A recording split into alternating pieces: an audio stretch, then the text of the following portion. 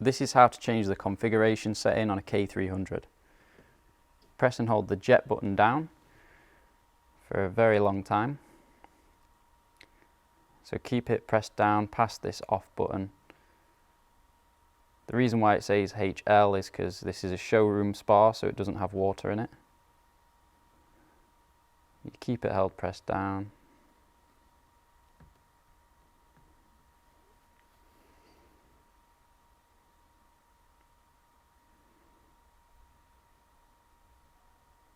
And then you have your LL setting, and then you can change this depending on if it's in the wrong configuration. You use the configuration sheet on the back of the board.